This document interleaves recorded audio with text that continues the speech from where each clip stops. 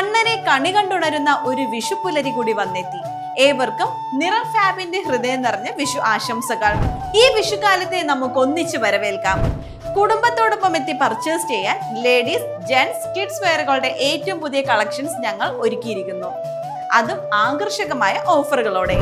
നിറം ഫാബ്, മേപ്പാടം, ചേലക്കര. മഞ്ചേശ്വരത്തു നിന്നും തിരുവനന്തപുരത്തേക്ക് ഏപ്രിൽ 2 മുതൽ 28 വരെ നടത്തുന്ന ഭാരതീയ കിസാൻ സംഘ് കേരളം കാർഷിക നവോത്ഥാന യാത്രയ്ക്ക് തൃശൂർ ജില്ലയിൽ 13, 14, 15 തീയതികളിൽ സ്വീകരണം നൽകുമെന്ന് വാർത്താ സമ്മേളനത്തിൽ ഭാരവാഹികൾ അറിയിച്ചു. നമസ്കാരം. ഭാരതീയ കിസാൻ സംഘിൻ്റെ പ്രവർത്തകരാണ് ഞങ്ങളെല്ലാവരും. രാജ്യത്തിലെ ഏറ്റവും വലിയ കാർഷിക സംഘടനയാണ്, കൃഷിക്കാരുടെ സംഘടനയാണ് ഭാരതീയ കിസാൻ സംഘ് എന്ന് പറയുന്നത്. ഏകദേശം 1 കോടിയോളം മെമ്പർഷിപ്പുള്ള ഭാരതത്തിലെ ഏറ്റവും വലിയ കാർഷിക സംഘടന. നമ്മൾ കൃഷിക്കാരുടെ കൂടെ എപ്പോഴും നിൽക്കാനായിട്ട് നമുക്ക് ആവശ്യപ്പെട്ടിട്ടുള്ള അല്ലെങ്കിൽ മാൻഡേറ്റുള്ള ഒരു സംഘടനയാണ് ഭാരതീയ കിസാൻ സംഘ്. രാഷ്ട്രീയം നോക്കാതെ ഏതൊരു കക്ഷിയാണ് ഭരിക്കുന്നത് എന്നുണ്ടെങ്കിൽ പോലും കൃഷിക്കാരുടെ ആവശ്യങ്ങൾക്ക് അവരുടെ കൂടെ നിൽക്കുക എന്നുള്ളതാണ് നമ്മുടെ ഉദ്ദേശം. അപ്പോൾ കേരളത്തിൻ്റെ തനതായിട്ടുള്ള കാർഷികമായിട്ടുള്ള പ്രശ്നങ്ങളെക്കുറിച്ച് നിങ്ങൾക്ക് എല്ലാവർക്കും അറിയാം. നമുക്ക് കേരളത്തിൽ സമഗ്രമായിട്ടുള്ളൊരു മാറ്റം ആവശ്യമാണ് എന്നുള്ളത് മുൻനിർത്തിക്കൊണ്ട് ഭാരതീയ കിസാൻ സംഘ് ഒരു സംസ്ഥാനത്ത് ഉടനീളം സഞ്ചരിക്കുന്നതായിട്ടുള്ള ഒരു കാർഷിക നവോത്ഥാന യാത്ര എന്ന പേരിൽ മഞ്ചേശ്വരത്ത് നിന്ന് തുടങ്ങി തിരുവനന്തപുരത്ത് അവസാനിക്കുന്നതായിട്ടുള്ള യാത്ര മുന്നോട്ട് പോയിക്കൊണ്ടിരിക്കുക.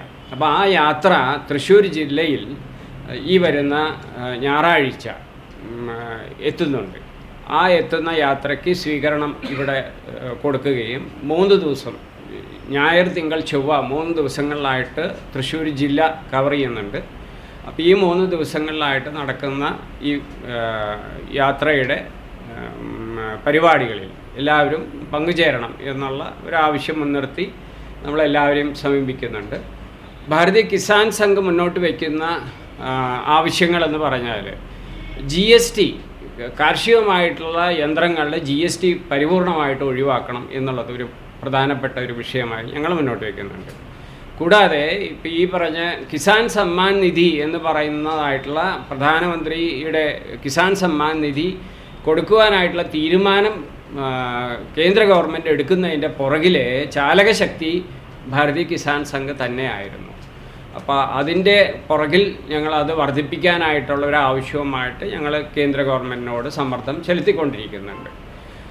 കേരളത്തിലെ പ്രത്യേക സാഹചര്യത്തിൽ നമുക്ക് കാർഷിക പ്രശ്നങ്ങൾ തന്നെയുള്ളൂ. അതായത് കാർഷികമായിട്ടുള്ളൊരു പുരോഗതി നമുക്ക് വേണ്ട രീതിയിൽ ഇല്ല. നമുക്ക് ആവശ്യമായിട്ടുള്ള നെല്ലിൻ്റെ 5% 5 ഭാഗം മാത്രമേ നമ്മൾ കേരളത്തിൽ ഉൽപ്പാദനമായിട്ടുള്ളൂ.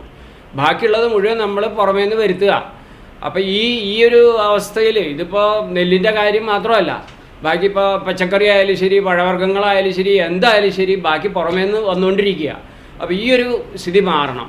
എല്ലായിടവും ഓരോ വീടും ഓരോ കൃഷിയിടമായി മാറണം എന്നുള്ളതാണ് ഭാരതീയ കിസാൻ സംഘ് മുന്നോട്ട് വയ്ക്കുന്ന മുദ്രാവാക്യം എന്ന് പറയുന്നത്.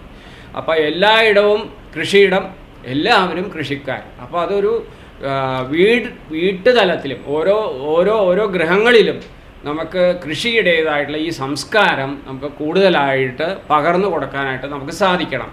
അതിന് ഉതകുന്ന തരത്തിലുള്ള സമഗ്രമായിട്ടുള്ള മാറ്റങ്ങൾ, കാർഷികമായിട്ടുള്ള നയപരമായിട്ടുള്ള മാറ്റങ്ങൾ വരുത്താൻ ആവശ്യപ്പെട്ടുകൊണ്ടാണ് നമ്മൾ ഈ വലിയൊരു യാത്ര നടത്തുന്നത്.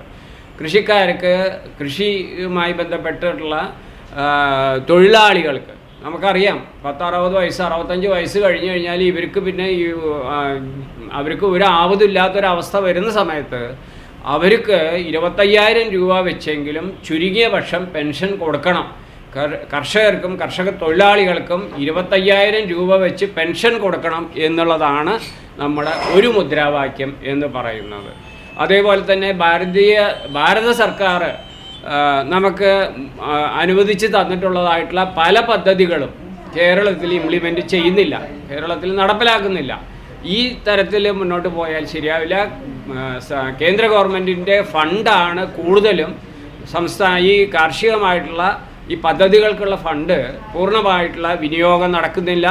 ഇത് സർക്കാരിലെ ഉദ്യോഗസ്ഥന്മാർക്ക് ശമ്പളം കൊടുക്കാൻ വേണ്ടിയാണ് കൂടുതലായിട്ട് ഉപയോഗിക്കുന്നത് എന്നുള്ളത് വളരെ ഖേദകരമായിട്ടുള്ളൊരു കാര്യമാണ് എന്നുള്ളത് കൂടെ നമുക്ക് പറയാനുണ്ട്.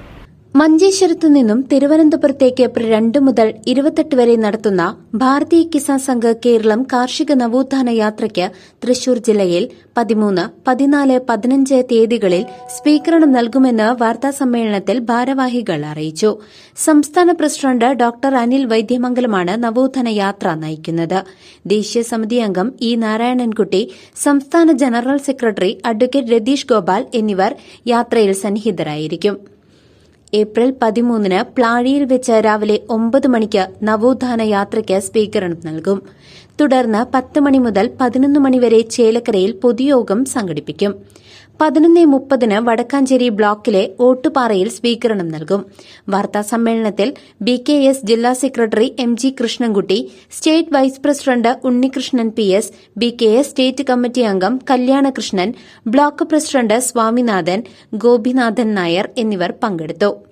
തൃശ്ശൂർ ജില്ലയുടെ സ്വീകരണം വരുന്നത് തൃശ്ശൂർ ജില്ലയുടെ അതിർത്തിയായിട്ടുള്ള പ്ലാഴിയിൽ വെച്ചിട്ടാണ് നമ്മൾ ഈ യാത്രയെ സ്വീകരിക്കുന്നത്.